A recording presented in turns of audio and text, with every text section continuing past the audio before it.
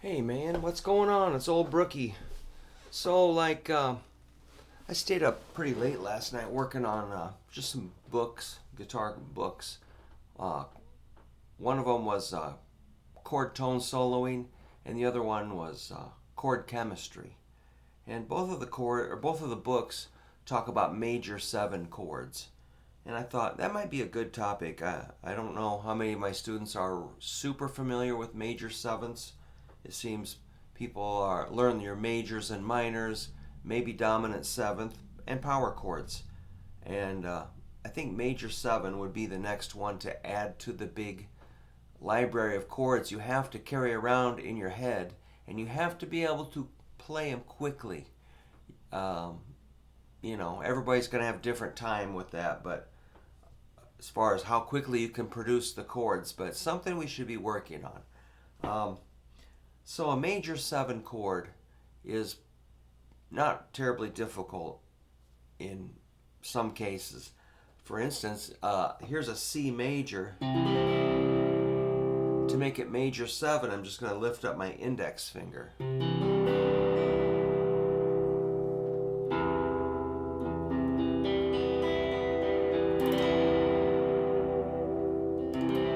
Major, major seven. What happened was I changed the formula of the chord.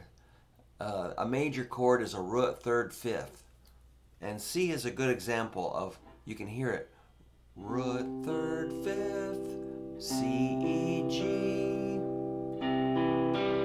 That's the fifth string, fourth string, and third string in just a regular old C chord. It's a good way to hear that root third fifth. In a normal C chord, with your index finger on first fret, second string, you'll have another C. So it's C, E, G, C, which is root third fifth root, because you'll have redundant intervals like that. And the first string is an E, which is the third. We already did an E right here. So there's two E's and two C's. Yeah, and one G. You might have heard me make a little mistake. I hit the fat string. Technically, that's okay because E is the third interval in a C chord or a C major scale. But that's too many E's and that's too loud, isn't it? It sounds too distracting to hear that big E, unless you want it, Okay, it could be used like this.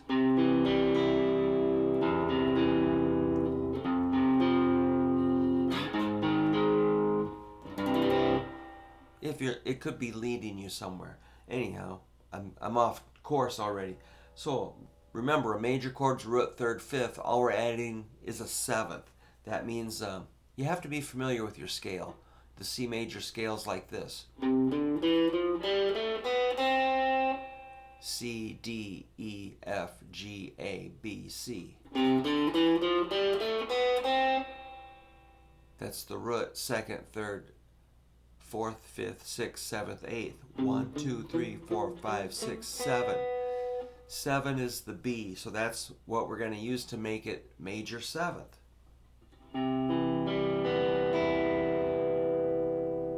Which really changes the mood. It kind of relaxes the chord. A C major sounds kind of not overly stiff, but sounds really kind of alert and proper. And that's kind of like at ease. It kind of like exhales.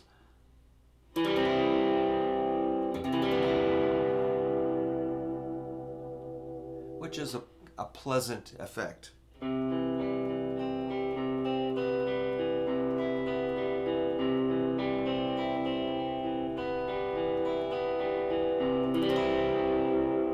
So it's kind of a gentle effect that you do to the chord. So that's an easy one, right? C major 7. You probably have played that. Let's do an F major 7. With students, I'll often teach When it's time for an F chord, I'll just teach you an F major 7 and tell you that it's an F, because I don't want to hear you screaming about the bar chord right off the bat.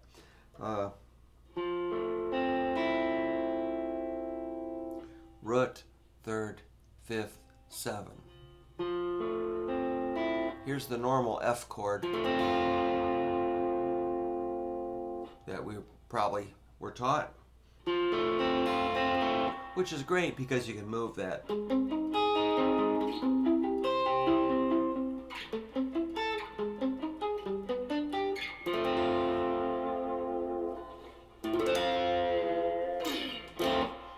That's the F. All we're doing is not barring the first 2 strings, but letting the first string be open.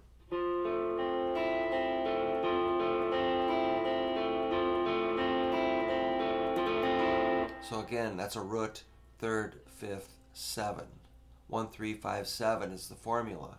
F, A, C, E spells a F major 7th chord. That would blend nicely with the C major 7.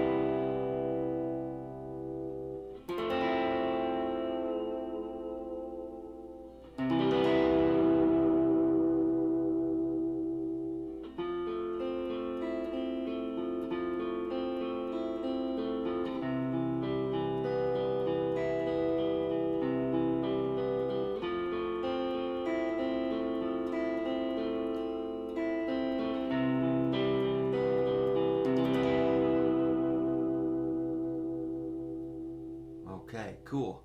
Are there any others that are easy? Oh, let's do a D major 7. D major 7 would be like laying your index finger flat on 3 strings. The 1st, 2nd, and 3rd string. I call them the skinny strings. So normally a D major would be like this. A root 5th, root 3rd. D, A, D, F sharp. We're just going to flat this D on the 2nd string, 3rd fret. We're going to flat it a half step lower to a C sharp. C sharp is the 7th note in a D major scale. 1, 2, 3, 4, 5, 6, 7. And it's the same thing. I didn't mention that with F major 7. It's based on the F major scale. 1, 2, 3, 4, 5, 6, 7. Oops, did I do it? I did it. And the octave of the root. So really, a simple way to do it is just find the highest root and flat it of any chord. So like if we move that up to G, the highest root was this. Move that down 1 fret, you got G major 7, which is a great shape. Check out that shape. 2, 3, 4, 5. Index, middle, ring, pinky. That's a cool shape. It's a stair-step shape.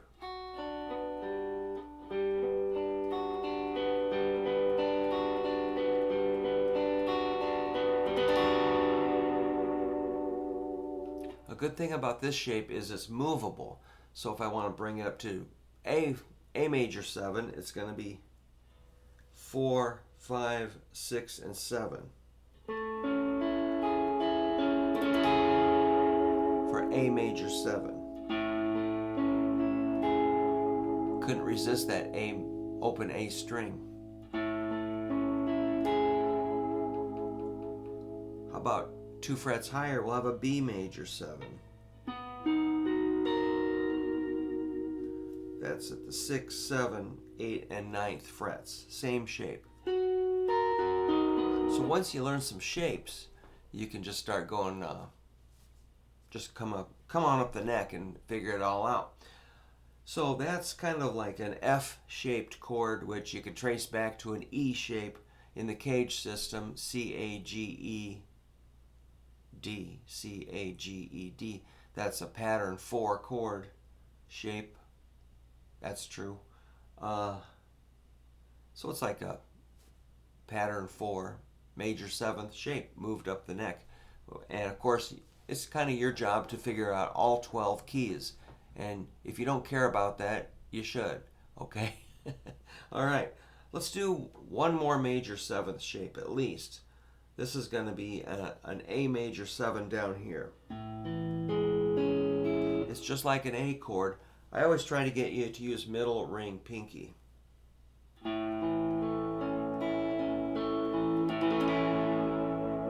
All we're going to do is flat this A, which is on the 3rd string 2nd fret.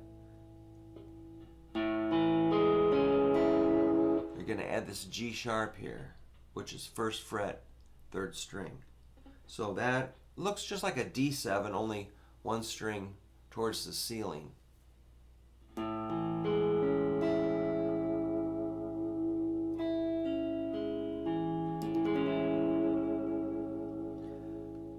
Cool, huh? That's a root, 5th, 7th, 3rd, and a 5th. Based on the A major scale. 1, 2, 3, 4, 5, 6, 7. Find that 7. Add it to your chord, and you're in business.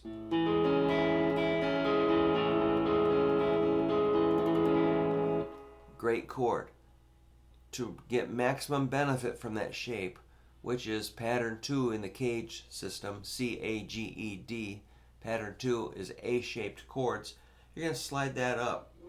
The problem is that the 5th and 1st string didn't move with you, so it's not going to sound right.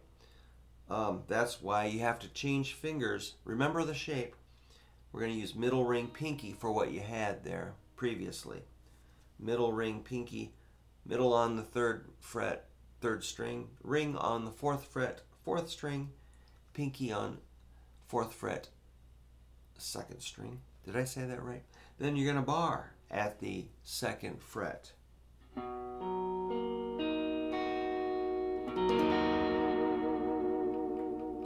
Actually, this is a pretty easy chord because you don't have to lay your ring finger flat, and you really don't have to crush super hard with your index finger. So index finger lays flat, middle ring pinky. Remember the shape. Take it up 1 more fret. You got a C major 7. 2 more frets is a D major 7. The root is at the 5th string, 5th fret. The root is how you know where you're at. Find that D note and slap a shape on it. You're in business. 2 frets higher, E major 7. 1 fret higher, F major 7. 2 frets higher, G major 7.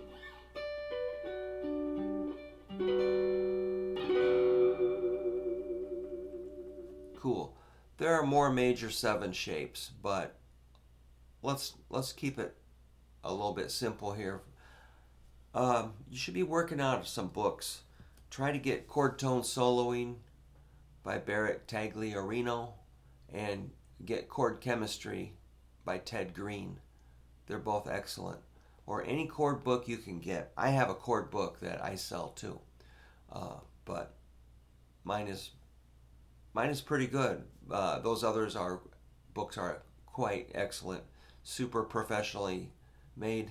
Mine is homemade, and it's kind of like based on what I draw for my students at a lesson. You know, if somebody needs to learn a chord, I'm going to draw it out quickly, and so it's kind of like a collection of the drawings I've done for my students, only partially organized. So the best I could do.